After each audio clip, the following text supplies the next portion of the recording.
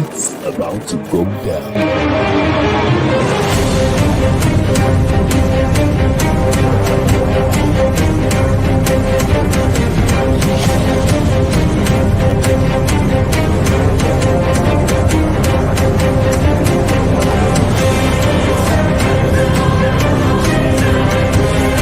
It's lovely pass, and here he turns cleverly. Can he find a finish? Oh, he can! Skilled by Joshua, and a return right hand. Good counter right. Bullen is hurt. Second right hand. That clipped him as well. Now he goes in for the kill. Well, Ricardo is inching into the lead, and Ricardo that win the Italian Grand Prix. Iguodala running the floor.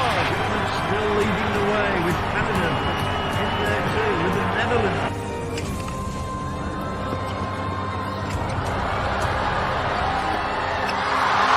And Musa makes it 4 goals in 2 World Cup matches. The Monaco Grand Prix. Ricardo triumphant in Monza. Through Bowden, Barrett, and an early touch and an excellent. Sports Orbit. We make the world go round. The sports minister has been summoned by the House of Rep members following the abysmal performance of Team Nigeria at the recently concluded Tokyo Olympic Games. And the Tigers are through to the Afro 2020 semi-finals after defeating Ivory Coast 72-56 in that particular match that was decided early hours of today. This is how we welcome you to the package of Sport Orbit right here on the Leadership studio. My name is Olawale Ayeni, and I'll be your host for today. I have with me in the studio Salif Osman, Sports Editor, Leadership Newspaper. Good afternoon. Thank you. Good afternoon, viewers. And good. The Tigers are on the march again. Alpha, Jojo, have you joined us today? Always a pleasure. Like Salif rightly said, the Tigers on the way to their third. That's on the good side of it, but on the other side, still not a bad thing. Finally, just like we had hoped after the Tokyo Olympics, that some people need to answer some questions why some certain things were the way they are, and finally, the reps, in their using their good office, have decided to summon the minister to at least let Nigerians know what transpired in Tokyo and why some of these issues we are hearing have come up.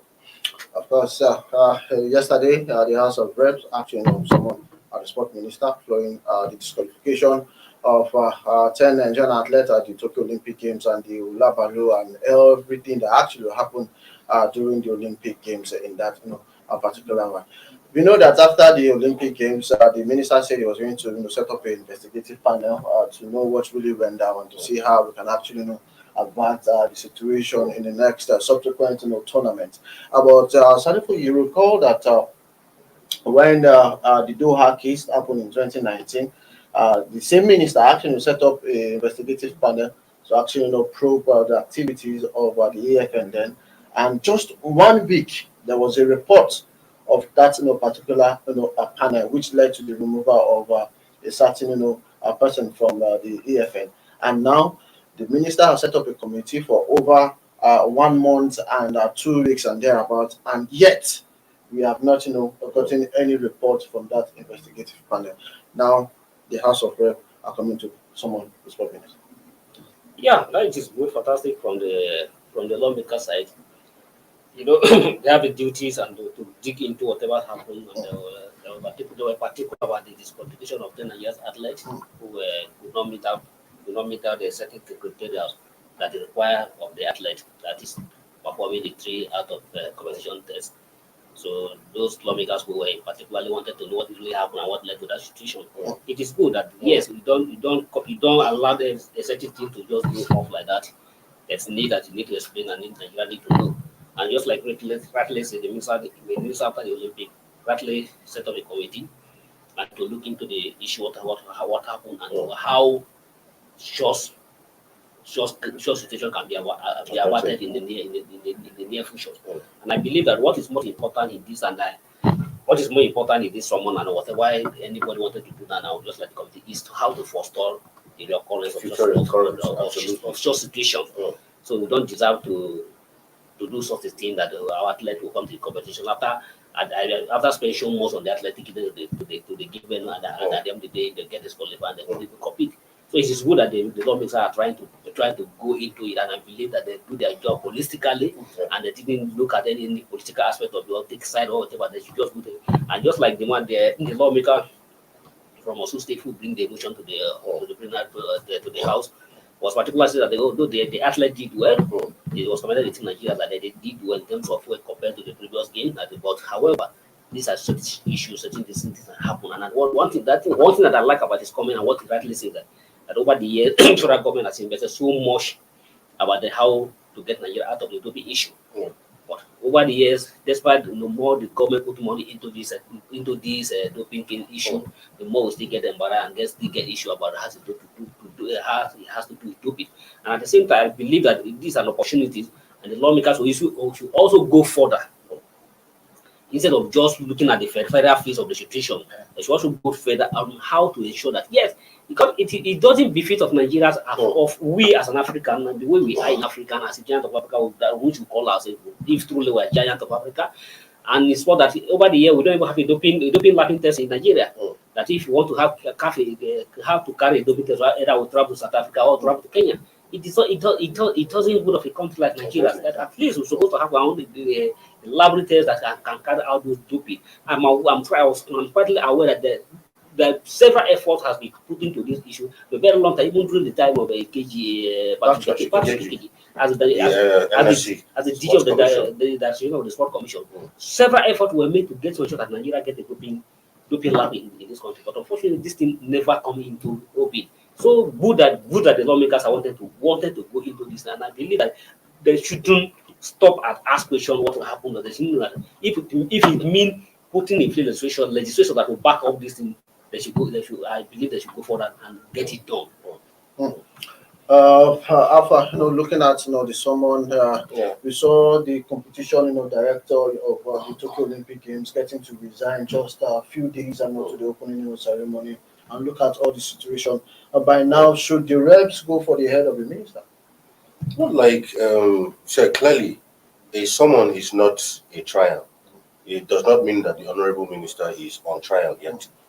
But simply, like we said, even during the Olympics, our program here, we had said things went wrong in the Olympics. Because it's never been heard of that 10 of your athletes you'll be in a competition such as massive as the Olympic and get disqualified. So coming back, we needed some answers. What went wrong? Yes, during the Olympics, we had different statements. There were, trading of blames by the Ministry of Sports, the AFN, and all of that. So I'm even surprised that, maybe because of the crash in the AFN, I thought maybe this invitation should even be extended to whichever body the reps feel is the right recognized body. So that will also be extended to them to also give their own side of the story. But be that as it may, the minister still oversees these federations, operate kind of like a parastatal under the Ministry of Sport. So he has to come there, explain what went wrong, whose responsibility it was to carry out this doping test, this out of competition testing, and what went wrong really. Why were these tests not carried out on all of these athletes, leading to Nigeria facing this kind of huge embarrassment? So he might not be calling for his head, but from the explanations he gives when he finally appears before the House, the House will be able to, in their wisdom, able to, decide on what to do, if it's recommend, whatever recommendation might come about. But I'm sure his appearance will, bring up a lot of revelations and will be able to at least set a template on what to do moving forward. So I think it's a good move, but because at least it means that the government at the center, it might be legislative arm, but is somewhat interested in sport and what happens, because the embarrassment concerning this suspension of athletes at the Olympics was a huge embarrassment on Nigeria as a country. Now, my worry is the minister came and set up an investigative panel to actually look at all the scenario, what will happen, and yet after about 2 months now, you have not heard anything about the panel's report. Maybe the panel are sitting, but in the case of the Douala 2019, it was not up to 1 week And we the saw report came out. the report of that particular panel. So I see that there is an interest in that. In That we might not know. Like, sorry, I even forgot to add that. And actually, yes, when that panel was set up, yes, we were actually, it was more like a sign of relief. We had hoped that, okay, when this panel comes up with his report, we'll be able to. Is it just a panel that will just say it at the end of the day? Everything Because it is actually taking long. The Olympics ended when? And till now. First week of August. of July. Absolutely. So what we are saying is, how long does it take to come up with a report? If I may come in, and that's what I'm not trying to speak for anybody. What happened in Dobbas and what happened in the Olympic is not the same scenario. In your own Which one is more grievous? Looking at the both scenario. It's not the same scenario. Even though, let's assume that getting athlete disqualified may look more grievous that why can't come that because 10 athletes were disqualified. But what happened why it's not the same scenario in this? For instance, in the Doha, athletes miss their competition when they're supposed to compete. And somebody there who is supposed to have taken the action did not take that action. Although even some people, even we include some of us, decide that the minister was too harsh in taking just quick action, recalling the directors, the technical director of EF and then. But in the Olympic case, you and everybody know that there was a crisis in athletic federation. Serious crisis. The board was split. You don't even know who was in charge. Even that that's not understood. But in this case, you don't even know who and who is in charge. You can't. The minister is not the one to lead who to carry to find out who should carry the test off. Agreed. Like I mentioned here, agreed. So there are some people who are supposed to be find out, supposed to are actually to be responsible for this situation. But unfortunately, those we can quickly point to were not in the crisis at that time. So it's a very dicey situation. But even as you and I may not sit here and know what they are doing already because there's a committee set up. We don't know that. We don't know whether the committee have submitted their report. When the report was submitted, we should have. When the Doha committee actually submitted a report, it was in public domain. We saw it everywhere. But at this point in time, we are here to see a report. So that's what I'm saying. I believe if that report was submitted, we should have been aware of it. Of course. We don't even know that they have submitted the report. We don't even know if they have it. So we have we still have a wait and figure across and what will happen at the end of the day. This is 2 months after, almost 2 months after the month. We are still waiting. We keep waiting. Nigerians are waiting to action to see the report of that particular. This is just one month after the roughly, yeah. Away from that, we head straight to the Falconets at this point in time, where Team Nigeria has departed to Cameroon for the important World Cup qualifier against the Central African Republic ahead of the Costa Rica World Cup coming up in 2022 in that particular one. About 3 footballers has been actually been named for Coach Jamduma. He will be the one to lead Christoma. He will be the one to actually lead that particular team. Alpha, do you see him getting to deliver? Because we have seen Coach Danjuma. He has one time the coach of the national team, one time the coach of the Flamingos. The under 20, the under 23 at this point in time should be banked on Coach Danjuma to deliver the goods. Well, from this competition, we'll see what he has to offer. But I must again say we've been used to recycling of coaches for a long time. Danjuma has been a perennial. Exactly, you see these coaches, they coach the under 20 men before so the recycling has gone on, and in spite of all this recycling, you can't really place your hand and say, for all their years in coaching, no disrespect to them, this is really what they've been able to achieve. So I keep asking myself, are these the only, in our pool of coaches, are these the only, people we have? Because a situation where, like the last time around, coaches who had been there from even the 90s, you still bring them back to still pilot the affairs of these teams. But I know that a lot of young coaches are coming up, springing up. Why are we not giving the opportunity to a lot of these people to at least show what they can do? And the good thing is a lot of these young coaches, some have gone to Europe, gotten, even if it's their grade B, coaching bad and all that, it's still good enough. Give them the opportunity to show what they can do. But we keep recycling all these coaches, same set of people. And it's not really not on record if these people have been able to improve on what they have learned in the past. So, but well, let's see what he does in Douala with the Falconets. It's a different ball game this time. So let's see. At the end of the day, when the results come out, we'll know how to judge him. Salifu, in just for a few seconds, we have seen the likes of the world champion US. They have female coach leading their side. Seeing the likes of South Africa is a female coach, leading their side. Talking about the national team, and also we're talking about the female teams. I'm talking about the female teams at this point in time. Should we actually rely solely on men coach for the female team? Why can't we, get some female coach that we have in the country taking over in the aim of affairs of the coaching, job, looking at the likes of Midred, looking at the likes of Omogbami. They are always there for them to actually pick up the job. But if you recall, if you can remember vividly, Nigeria has also given opportunities to female coach to also coach the national team. Which Nigeria hosted the Super Falcons to the African Championship. I won the title. Florence Omagbemi was the last coach of the Super Falcons that won African Championship with the team in Cameroon. So Nigeria has also given opportunities to the female coaches, and those two female coaches I mentioned have not disappointed. They didn't disappoint on this occasion. And at the same time, even their male counterpart who has also handled the team in terms of the Super Falcons has also done well. That's why I'm not even happy that the NFL has to even go as far as where they go and bring Thomas Deneby from the Sweden to come and coach the Super Falcons, and all of a sudden he didn't get us to anywhere. He ended up in disaster. Now they have gone to America again to do the so why not give it? And now we're having a 4-2 defeat against South Africa, the team we have never lost. Which was led by a female coach. Absolutely. Led by that the team we have never lost to.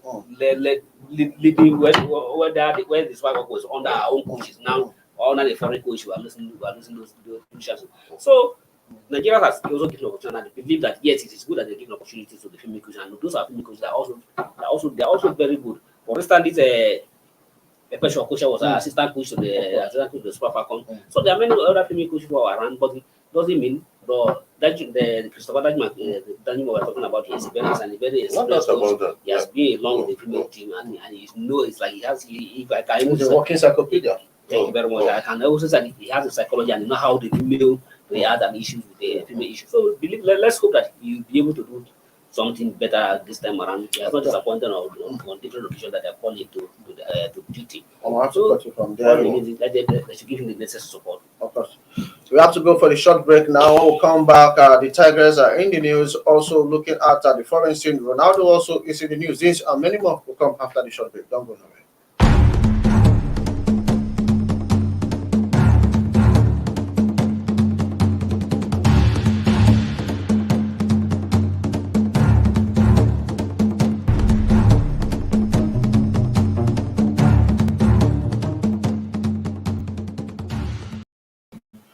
Welcome from that short break. You still spot Orbit right here on the Leadership Apronka Studio. Away from football, we head straight to basketball from the news coming in from Cameroon at this point in time, where the Tigers are not qualified for the semi-final of the ongoing Afrobasket competition after defeating Ivory Coast 72-54 in that particular match. Alpha, what do you make of that? Good one for the Tigers. I think was it yesterday or so on the episode of Sports Abu, we spoke at length about the Tigers, how they've been able to represent Nigeria whenever they've been called upon. Good one for them. They are finally in the semi-final. That's one step away from winning the title. So I wish them well. That good performance from the Tigers. I mean, this was a class performance. 16 points. It's no small deal in the game of basketball against Cote d'Ivoire. So congratulations to the Tigers, and I really hope that they go all the way to clinch the title. Of course, are we going all the way to keep the title? A certain Mali that have been tagged favorite of the competition. Do we see us getting to win the title? Sorry for. Well, I've never doubting about what these girls can achieve when it comes to African basketball. And I strongly believe that just like we said yesterday, that if they didn't go far, it will be a big upset. Now they are in the semi-final. So in any competition, if you get to the semi-final, absolutely. Let's say you can see an average performance. Exactly. What you are looking for now is a bonus. Yeah. They have done well, and I strongly believe in those guys that they will definitely win this title. But I don't see Mali or see anybody stopping them from this competition. If you look at the match between them and Cote D'Ivoire, 80-point difference show their supremacy, show their fine power that they are very, that them and Cote D'Ivoire they are not made. So if you beat somebody with the 80-point difference, that is a show that you can even go to another set if you like. Refuse to score, just defend, and you still win the match. Sure. Guys tell you that those girls, I strongly believe, I've never had any doubt about them when it comes to basketball in Africa. So they have come, and I believe that they should continue to maintain this dominance we are enjoying at the moment. That is very good for us, and I strongly believe that with each you are playing for injury free, so that they can't be able to give us the third. Of course, still talking about basketball, the NBBF will actually hold its extraordinary congress come October 2nd in Abuja, where matters of this dunking and slamming game will be discussed, and also chart a new path for the Nigerian basketball, because there is a whole lot of crisis rocking that particular competition. At this point in time, we don't really know if the election will actually go on before the extraordinary congress, or it will be after the extraordinary congress. But Salifu, you are well grounded when it comes to basketball, and when it comes to the crisis rocking at Nigerian basketball federation. Quickly, let's just get some tip bites from you. The NBBF election has been postponed. So the election is other federation election are going to hold the election on the 30th of this month. The NBBF election is not going to hold. We also have, after the meeting with the officials of the Ministry of Transport, and mandated that yes, they should put the election over and ensure that, and I give kudos to the Ministry of Transport to that. Although it's coming late, that we for the first time, he's trying to come out to do certain things better, and it's to ensure that by ensuring that every deep hole, every losing knot has been tight before they go to the election. Because we can't afford to have a divided house and go to the election and then come out of the election with the divided house. But my appeal in this time, I want to appeal passionately to Musakida. He should tread with conscience. Exactly. He should trade, because it's not a do or die affair. You must not be the president of the NBBF. Exactly. Let the stakeholders decide. If they want you to lead, so be it. If they want you to, so be it. It's not your father business, and it's not your mother business. You actually saw the president of cricket, getting to step down. So exactly. That's integrity. So that if your integrity is being going to allow peace, allow peace reign. So I want to move forward. If you are saying, I'm not saying he's the problem, but I'm not saying that if let the stakeholder decide, the delegate decide, yet in a free contest. So I'm not happy. Why are you calling to extraordinary? Why are you calling for another congress? When the minister is saying that no, after the meeting we are going to have 10 people from this side, 10 people from this side to meet at the end of this month. So what congress are you calling for now?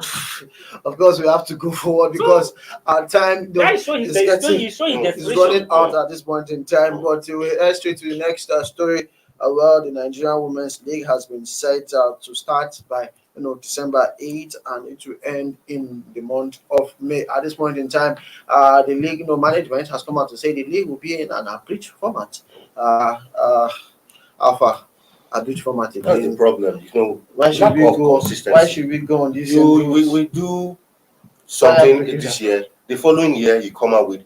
Why can't we just maintain some form of consistency? They are citing that they need to meet up with the WAFU B qualifiers and so the league would have started long before then. So why happening to the NPFL at this point in time? We should actually start the league as soon as possible. Every time we keep hearing issues in our sports, too many issues, things that are things that are very easy things, simple things that are done in other climes, even here in Africa. When it comes to Nigeria, it becomes a different game. So what is an abridged version of a league? We have to wait till December when we still have October, November, about 8 matches. When I saw the report, I was really surprised. Now it will be more work on the players because fatigue is setting. Players run the whole course about 3 days. When match will be played. Exactly. So you start a league, you stop, you abridge it, then you go and come back. So it's not really helping our football. It's not really helping our You sports. know, just like we keep on saying, those managing, those inside of us, it's unfortunate that those in our managing our football are not there for Nigeria. They're just there For their themselves. pocket. So I'm sorry to say that, but if I don't feel whoever feel offended by that comment. I think that, but that is what it is. That's the truth. You are not there for Nigeria. If you are there for Nigeria, okay. For instance, this Nigeria Women League for many years, the league is being run without the sponsor, without the title, without the sponsor. Okay, now we are putting a league on December, and as we are talking now, there's many clubs are participating in a pre-season tournament just to warm up for the season for the league. Now we are putting the league at the until 2 months, until almost 3 months ahead. 2 months ahead. So what is the essence of their participating in the pre-season tournament? It's an exercise in fertility. Okay, now the same thing, just like Wale rightly pointed out, the main league, is here to start. Okay, even when the Aqua United crash out of the Champions League, we're trying to blame them that they didn't do it. What we expected a team that is not playing to go and compete. So you don't even blame. At the end of the day, you can't even really blame these teams. Okay, now Blame they are the giving an players. excuse that they're trying to give a time to align with the CAF qualifier. When you have a time to play, we have October, we have November. So we're we just start the sleeping. league. It's not unfortunate. Okay, now the same time every league is already on Of in course. everywhere, but But in Nigeria, Jico and his like are still sleeping. Yes. And They you, used to wake up, and they you used to expect them to go and to at the end of the day, by January, they say perform something. miracles. Of course, we go to next story where CAF has actually reduced the sentence on the talking about The ban actually. the ban of on the Oyiba captain, talking about Sunday Oladapo. This issue of Nigerian league is really affecting me at this point in time. But Austin Oladapo has been given a 6-month ban. It has been reduced from 1 year. He was supposed to serve at the ban up to July 2022. But at this point in time, the ban will expire in December. Should we say it's a good one, Alpha? Yeah, good one. At least initially he was supposed to be out of action for a whole year, but it's been reduced to 6 months. So by January he'll be back on the field of play. But of course, that will of course affect him. Not for a footballer who plays actively to not be playing actively for 6 months while you are not retired or any of that. It will take a toll on him actually. So, but the league management also, or the organizers of Nigeria, they are also doing it. People who are not starting the league. okay, yeah, that's exactly. So exactly. So because you would have There's been no really difference terrible. between there's no difference between those who are playing or not. So Just so sad in that particular one. Well, at this point in time, away from that, we head straight to the news coming from the Old Trafford, where Alex Ferguson has said, I actually stop Ronaldo from joining Manchester City. That he cannot actually watch Ronaldo, getting to play for the other side of the Manchester, which is the Blues. Salifu, could Ronaldo will have made any difference in Manchester City? Apart from Alex Ferguson, all the United loyalists would have find it very disgusting and disappointing to see Ronaldo's Getting to score the old doing the Manchester City set at the theater of dream and getting to celebrate. So at the same time, they call themselves the noisy neighbors. So that is why Alex Ferguson. I know these people, these are people that are very passionate and very care about it. It's not about seeing when they are into something, they are into it wholeheartedly. Of course. So he have led Manchester United for how many years now, but he's very committed and very loyal and passionate about Manchester United. So if he put his life online for Manchester United, he's ready to do, and that's why when they had that Ronaldo is trying to go to Man City, all of them have to rally around to come in to ensure that the player who grew up to go and play against us. So it's good that it's good, but in as much as I still believe that it's not about him. Ronaldo also believe he also have a commission that's to come to Man U. If it is so, every credit has to go to Ronaldo for him to accept it to come. But if you say no, there's nothing Alex Ferguson or any other person could have done. So, of course, we head straight to boxing, where at this moment in time, the promoter of the match between Anthony Joshua and Usyk is saying that Anthony Joshua should be careful about Usyk due to the fact that it's very scary. We know that he's older than Anthony Joshua at this point in time. He's 34. Anthony Joshua is 31. He has gone 18 matches unbeaten. He has, even though Anthony Joshua have more knockouts than him, 22 knockouts, while he has about 13 in that particular. But he's saying, hey, you need to actually watch it when both of them are fight inside at the Tottenham Stadium. This is actually coming up this weekend. Sure, good advice you give to any boxer, especially if you have 3 belts, the WA, IBF, and WBO, which Joshua currently holds. There's no mean feat to hold three heavyweight belts. Usyk is also a good boxer, no doubt about that. I think I've watched him a couple of times. Also an Olympic gold medalist, just like Joshua too. So it's just a warning to ensure that Joshua doesn't get too confident. So what happens with Anthony Ruiz does not happen, where he clearly underrated him and the guy came to clearly floor him. And people said Anthony Joshua wants to really win this one because Tyson Fury. No, absolutely, he has to. And he has, apart from that, he has 3 belts on the line. So apart from... 5 belts. 5 belts. Joshua has 3 belts. Okay, 3 belts, so he's 3 belts on the line. So should he lose this fight, it means you lose all 3 belts. So the chances of fighting Fury will no longer be there. Of course. So he needs to defend his title first before he even has a shot at getting at Fury. But Joshua that we know, I believe should be able to overcome Usyk. Of course, before we go, Al Ali has deducted players' coaches' salary after the Egyptian, Super Cup, at defeat. We saw them, getting to lose the league, title to Zamalek last season, and at this point in time, the players and coaches have been placed on half salary due to their poor performance. And we saw this happening in the Nigerian league. We thought it is only in the Nigerian league that we get to see this, but it's happening right there in Egypt. Egypt that we know to be one of the best country when it comes to African football. Well, I'm not. It's really the club that know what they want. But you don't punish a player because they play what they win the title. But all this what they have been winning. Al has won many titles. And the players have been done. So just because they lose the one title, they're now punishing the coach themselves. I don't know what is in their contract. I don't know what is their. That's another thing. Yeah, exactly. So since I'm not privileged to know the contract, the players and the coach side, I don't want to comment on this one. The club has the decision, has the right to take the decision. If certain things are not going well, so I believe that also are taking. But I don't think I've not heard of this from other clients. Is that not a breach of contract? No, it depends. Like some people say, we don't know if at the beginning of the season the club insisted that if you don't defend your title, this is what's going to happen. So we don't have all those details yet. So it could be sort of maybe a verbal or a gentleman agreement between the club had with the players, because for the club to do that and the players have not come out to protest, so it means maybe it was something that they had already talked about in-house before it went down this way. Just before we go, it's unfortunate this can only happen in Africa. There are a lot of unusual things happening in Africa, so no surprises there. Just before we go, let's just quickly read out to you the fixtures for the English League Cup, talking about the Colabra Cup, which was decided. Some club actually were defeated yesterday. A club like the one that Alpha is actually supporting. You should actually get to find out from him which club is supported. But at this point in time, Chelsea will play Southampton, Arsenal will play Leeds, Stoke City against Brentford, West Ham actually defeated that club that Alpha is supporting. We'll play Manchester City, Leicester against Brighton, Burnley against Tottenham, QPR against Sunderland, and also Bristol versus Liverpool. These are the fixtures for the. So what happened that Man is out of this? Oh, you that was mine. No. What I'm trying to say, I was carefully looking to the features, and I remember that there was no man. There was no man with the features. To win every game. They have not even won anything there. No, I think you want them to win every match they play. I wonder. That is the ambition of every club.